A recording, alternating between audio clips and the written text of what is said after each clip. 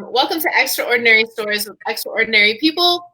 My name is Amy Kochek with Amy Kochek Creative, and I am so pumped and excited about today. And I hope that you are. I hope you're finding something to be excited about. But the thing that I am finding most exciting about this moment, my life, and just the world in general is how powerful it is to make connections with people. Because I believe that story is the most powerful asset that we have. That there's nothing more powerful in your life than your story, than the experiences that you've been through. And I feel like now more than ever, connecting via story, connecting via vulnerability, and our wisdom and experiences is really what can help us get through some really difficult times. Because a lot of times in difficulty, we believe we're alone in this and nobody else is experiencing what we're experiencing. But what I love is how human our stories are. So I have a full service writing business, and one of the things that I focus on is helping people tell their stories. And I've heard so many people, and Jovan, you've probably heard this, I have a book inside me, right? Yeah, Maybe absolutely. you even said that. And for one reason or another, we're not at the point of sharing it, or we just don't share it. And a lot of times I have found that people don't share their story because they don't think it's valuable or valid, or they don't have a platform. So I've decided to take this platform and use it as a space for some really incredible people to share their stories. And today I am so super excited because I have my friend Jovan Is it Glasgow or Glass? You got it right the first time. Glasgow. Glasgow. Like Yes. Scotland, Glasgow. I think it's the name of a city in Scotland, actually. Oh, nice. So I might be a prince there. I don't know. Wonderful. So we have a potential Prince of Scotland here. Yes. His name is Jovan. He has an incredible story, and that story has in turn made this incredible human being that sits in front of me. So, Jovan, we're just going to jump into it. We're going to have really fun and have a great conversation. So I just want you to start by introducing us. Who are you? What do you do? Awesome. Named Jovan Glasgow, as Amy said.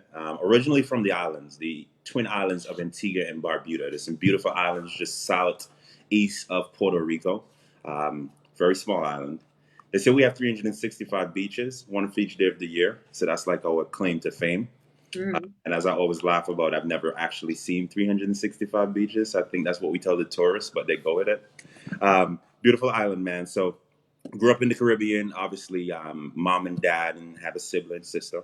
Really strong foundation of faith, family, and just love for mankind. So I grew up in an environment of service, an environment of just loving others and just being second intentionally, right?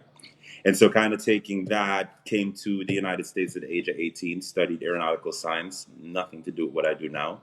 I went to school in Miami there. And man, it was just a young island boy from a little small Caribbean island. And his first experience outside the house was dropped in Miami. So you can only imagine.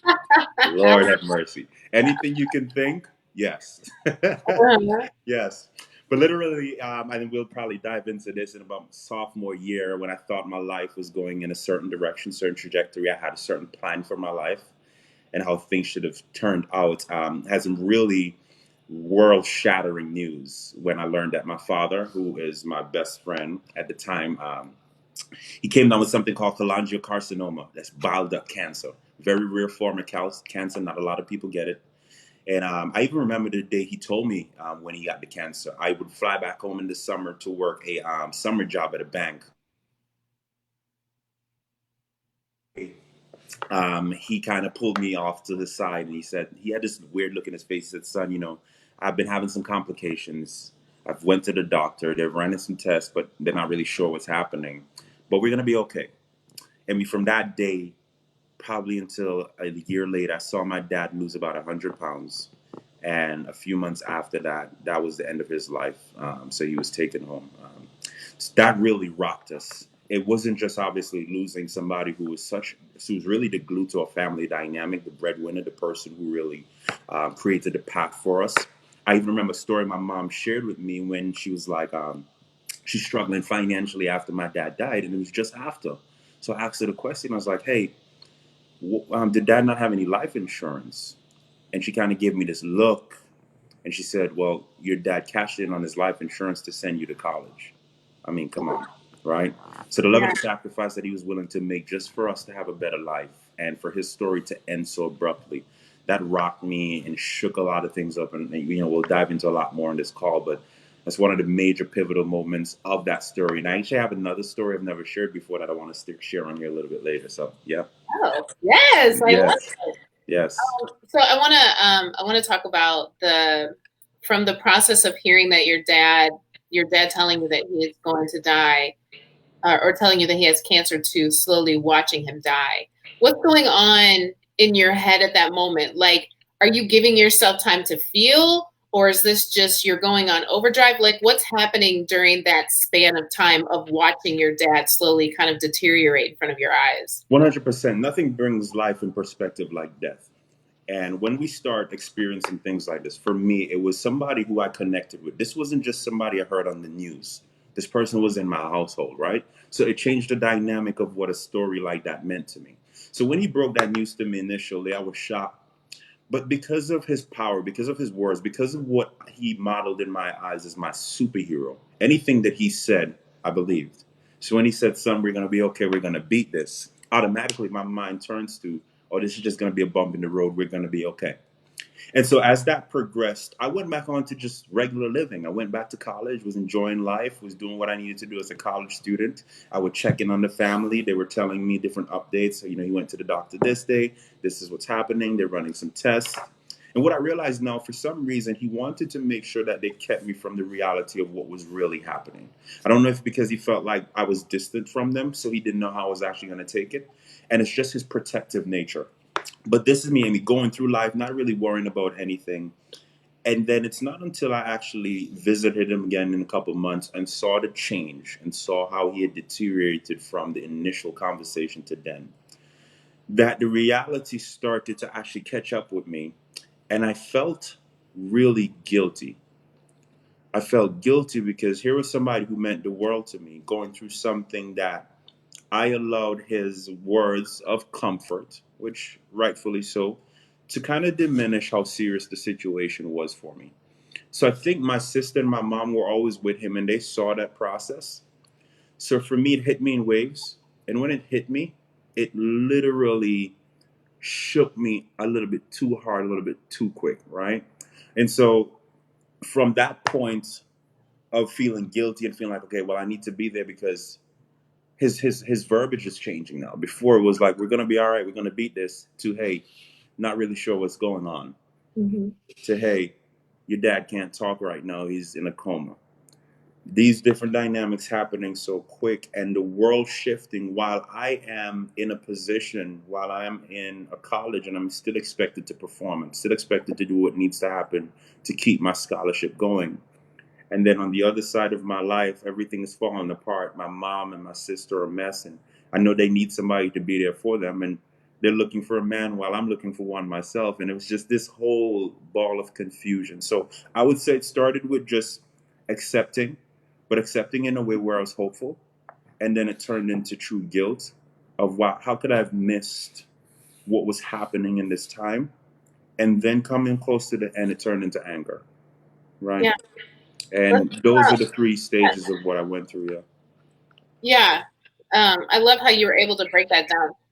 Let's talk about the anger moving into the actual loss of your dad, because I think sometimes in our pivotal moments, depending upon the severity of them, it moves so fast. You know Yes. what I mean? Like when you're in it, you don't realize you're in it, and then the aftermath of it, when you go through the grieving process, what Yes. does that look like for you?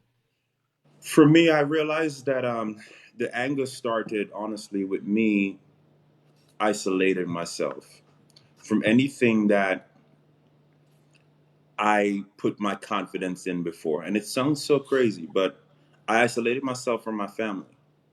I isolated myself from my sister and my mom because I felt so angry. And really and truly, anger is just a lack of understanding, right? I couldn't understand why this would make sense. Here was my father was a motivational speaker. He was a pastor.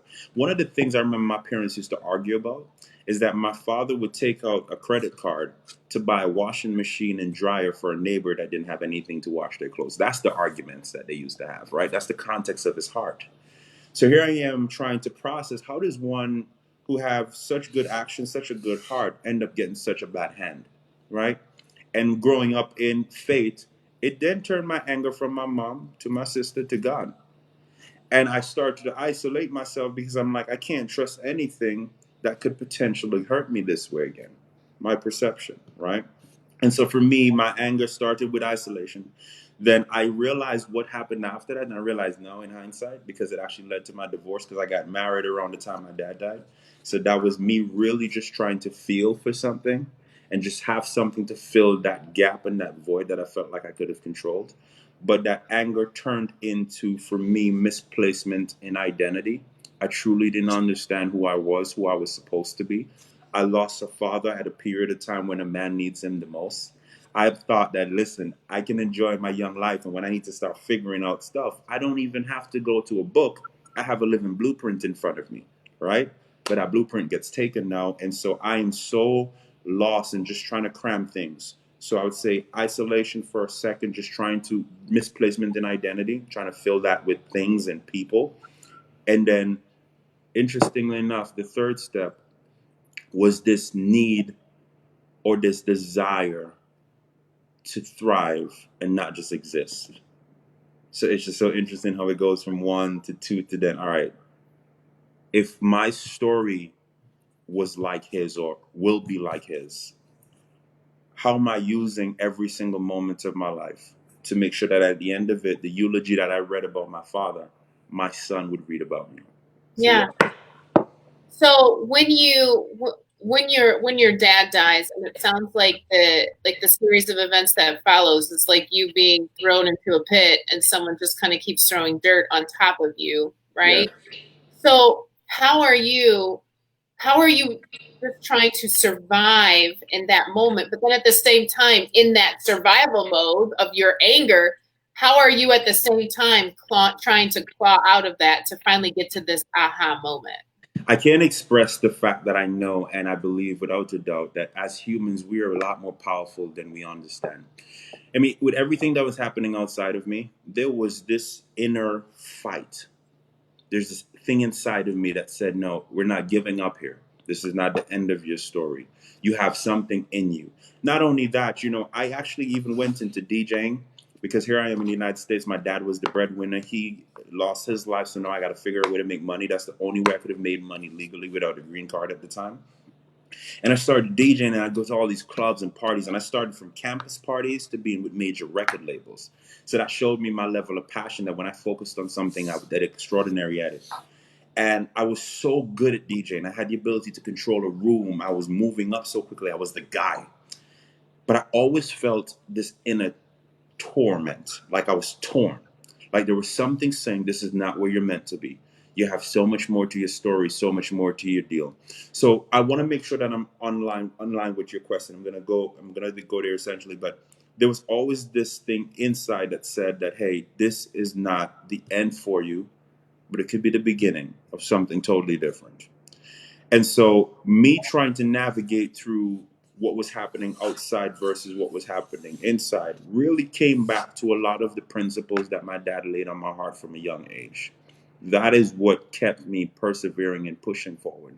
Because had I not remembered his voice, had I not been those things not been instilled in me, I could have very easily lost, right, the battle. And maybe, it wasn't just my physical dad, like my actual dad, but other mentors, other people who had instrumental parts in my upbringing, who, whether they realized it or not at a very young age, spoke certain things into my life.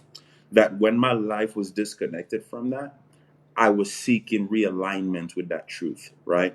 And that's what I think really helped to shift my perspective first and ultimately have me on the path that I am right now. So what was the and it probably wasn't like just one single moment, but what was the moment when it seemed like you were headed down a specific path? And not that the path was wrong, but that, like you said, the misalignment of your identity.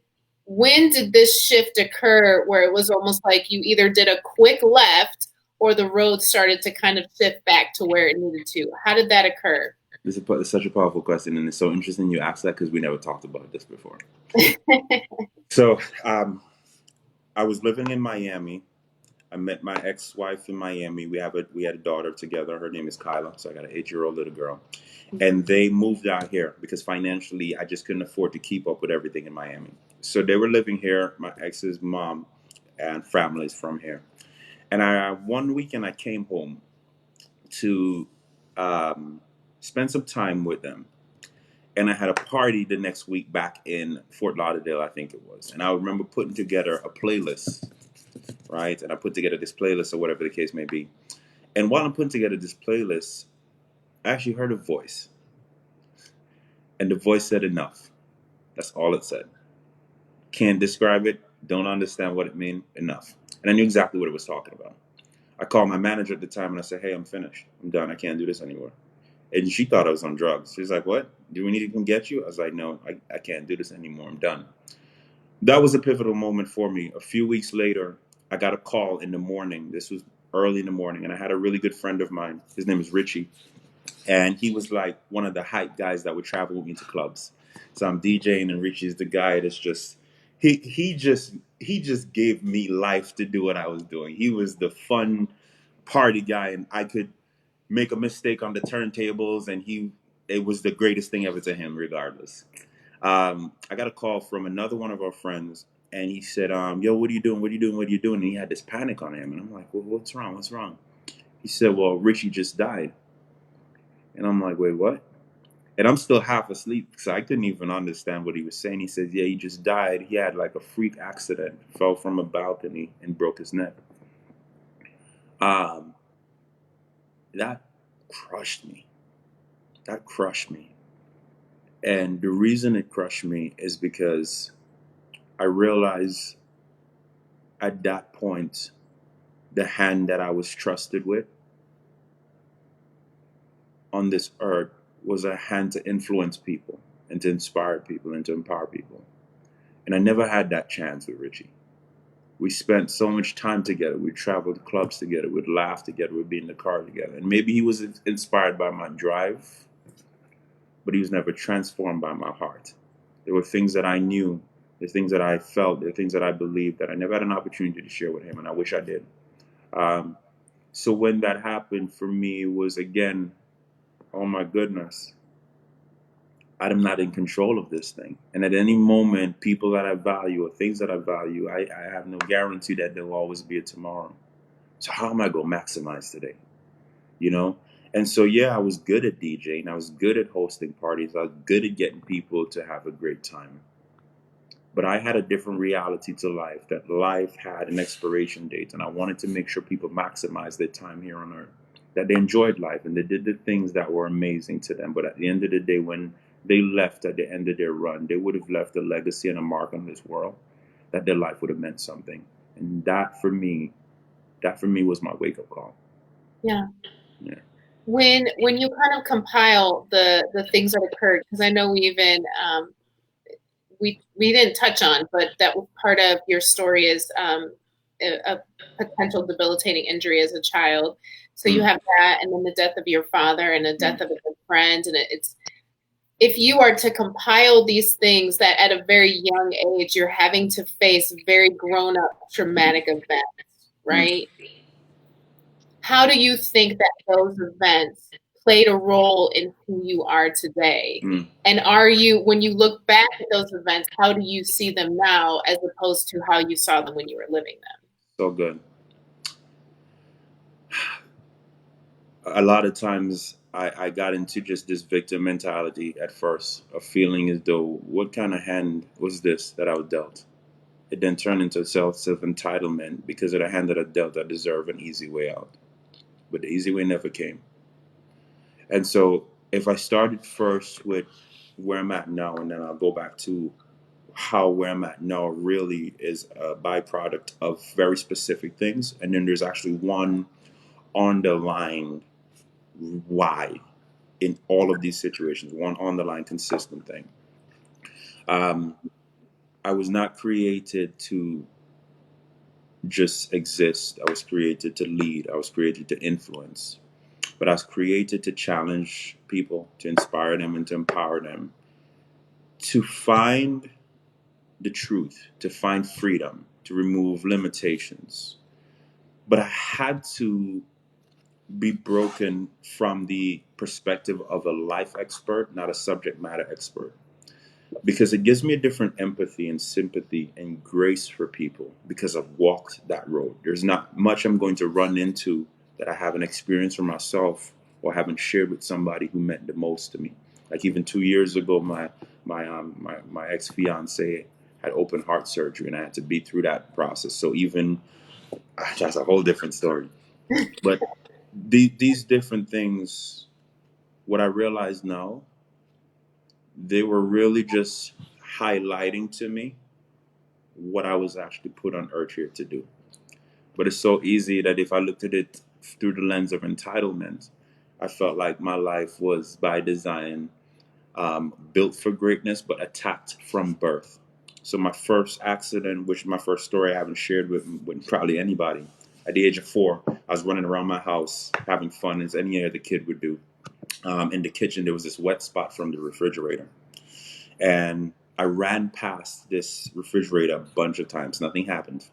On the last time I made the run past the refrigerator, my legs slipped on that wet spot. I fell to the side and I landed, snapped my neck like that. I got up instantly at that moment, and my mom kind of looked at me, and I kind of looked at her, and she was like, "The way you fell, I thought you shouldn't have moved again, but you did."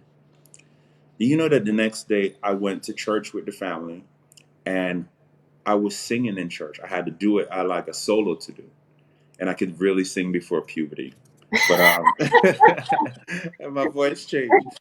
But I had to do it to do this solo to do, and she said I brought the house down. I sung with such passion and such zeal, and I was so into the moment.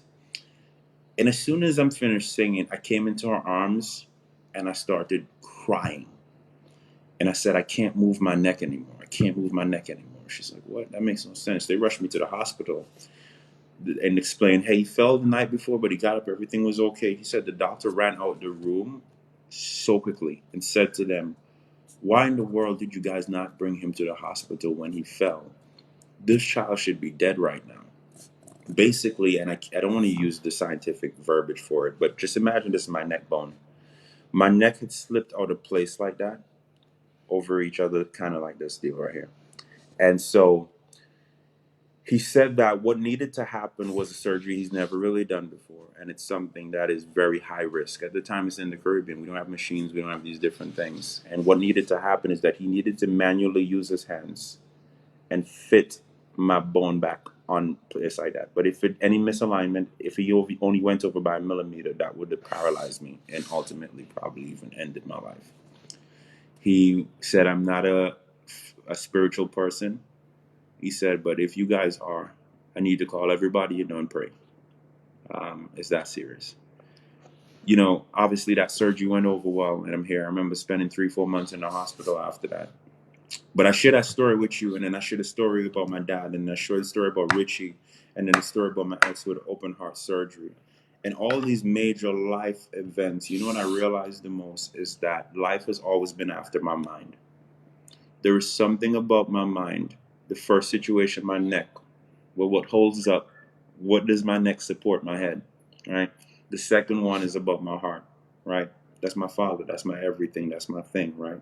If your heart, if your mind is not where it needs to be, then there'll never be a true connection to your heart.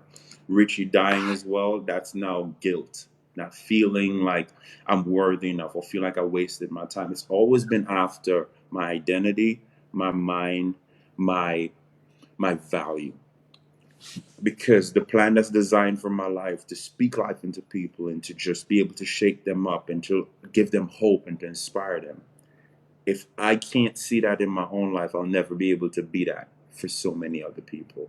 So those are the things that I really believe that helped me to now have this empathy and this grace for people, but ultimately it also showed me where the battle is for me and what I need to protect most at the end of the day is my mind.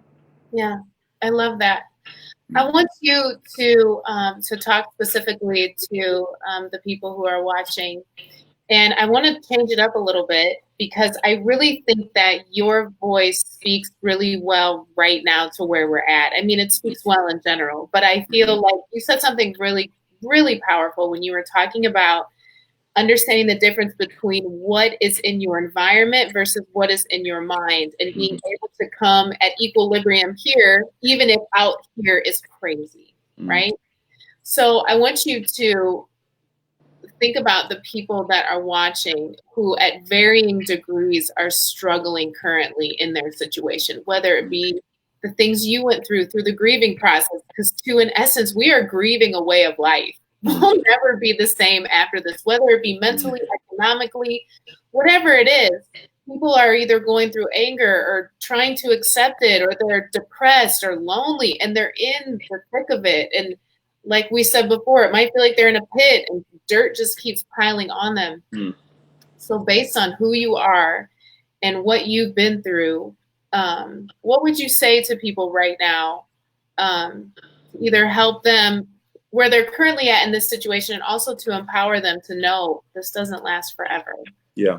I think the first thing I want to be very bold in saying, because I truly believe it, that this situation is coming to an end. That we are turning the corner on this shakeup, right, of our world. And I hear a lot of individuals speak on, focus on you, use this time for introspection, really figure out what you want, what you desire. But I want to give everybody a different perspective on this deal. Throughout everything in my life, Amy, I would have given up if it hadn't been for one thing. And that one thing was that I knew by design my life meant something to somebody else at some point. When my dad lost his life, if I gave up, there would be no Kyla. And Kyla is my daughter's name, right? From that story, so many other people's life has been transformed through my voice and through my calling and my mission. And so the one word, the one thing I want to give every single person on this, and I don't want you to shut off when you hear the word because I'm going to break it down for you, is service. We don't ever think about serving others when we feel like we have nothing to give for ourselves. But the truth of the matter is, you're never really serving if it don't cost you anything. The thing that keeps us moving forward when we don't have control over anything else is what we can give to others. We were all created to be in community, to be connected, to be in love, to share extraordinary moments and stories. There's a hand that I was dealt that was only dealt to me so that it could be dealt to somebody else who then deals that hand to somebody else. We have gifts, we have abilities, we have talents. Your talent's writing, you're speaking, my talent speaking. How are you using the thing that you do naturally to serve somebody else without putting the pressure on yourself of saying, well, how am I going to pay the bills from doing that, Jovan? Sometimes it may not always be about the bill. And I get it. We got real issues. We got real things we're focused on. But I truly believe if we do the right things, then the right things will be done for us. This is the opportunity for us to serve each other in its most authentic, raw form, for us to love each other, for us to connect with people who we've not connected with in years, for us to forgive, for us to be so at a place of selflessness that when a situation like this happens, we're so connected, we're so strong together, that the circumstances may change, but our stance remains the same. And that's the greatest thing I could ever impart on any single person is every single day when I make that to-do list, when I have these things to do, how do I find 3 ways that I'm going to serve today? How am I, number one, going to serve myself? Number two, I'm going to serve my family. And then number 3, how am I going to serve my community? If we can focus on that every single day, because you know where my healing came from, to be honest with you? It didn't come from therapy. It helped. Therapy was important. It didn't come from reading books. It helped. It was important. My healing occurred, number one, from my faith, but number 2, when I started healing others, I got healed. When I started speaking to other people about what I was going through, my ears started hearing what I was saying. And so I started speaking life into myself first. So there was no disconnect between what I was speaking and what I was hearing. But it came from serving others. We live in a time where we think we have to be perfect in order to get up there and to share our hearts and to share our stories. But I've always said this, the pursuit of perfection really only produces one thing, and that's procrastination. And procrastination, if not addressed, leads to frustration, and frustration leads ultimately to depression.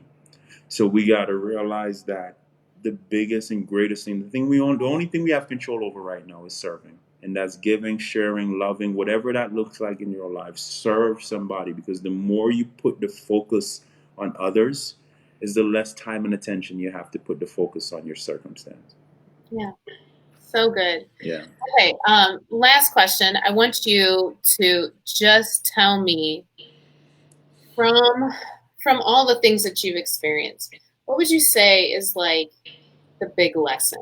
I'm sure there's many, but what would be like, what's the big lesson that you feel like you just keep being taught over and over again? The big lesson that I feel like I keep being taught over and over again is that I'm not in control. Mm. Um, God is, and thank God I'm not in control.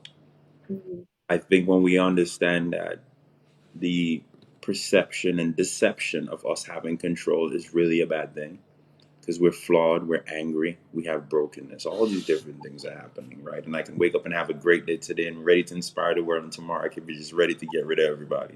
So Mm-hmm. just thank God, as humans, we're not in control. And ultimately, we can't see 10 years from now, 20 years from now.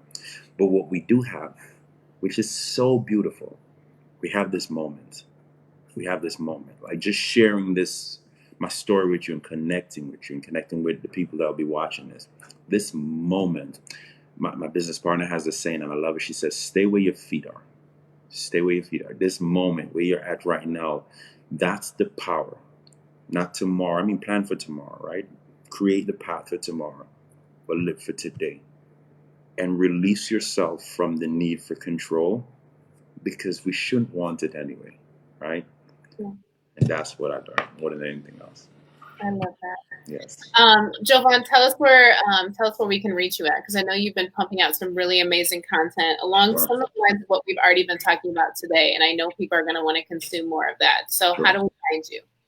So the number one way to connect with me right now, I'd say, would be through Instagram, is where I post most of my content, and that is I am Jovan. Jovan is spelled Jovan. Glasgow, Glasgow. So I am Jovan Glasgow, or my website www.jovanglasgow.com. Two main ways to get in contact with me. Pretty simple. Perfect. And I'm Yes. going to put both of those things in the comments. Sure. And I know that people are going to want to connect. Jovan, thank you so much for being Yeah. on today. Thank you for your story, your vulnerability, your wisdom. So appreciated and so needed during this time. Yes. And like I say at the end of every interview, the purpose of these interviews is to connect. So that's what makes social media so amazing, is the ability to connect and share. And more than just a superficial level, to really connect to people's experiences, because you gain so much. Because I know I gained so much from just hearing your story. So I appreciate it so much. Thank you to everyone that's watching live or recorded. Have a wonderful day. Join me next week when we dive into another extraordinary story with an extraordinary person. Jovan, thank you. Thank you.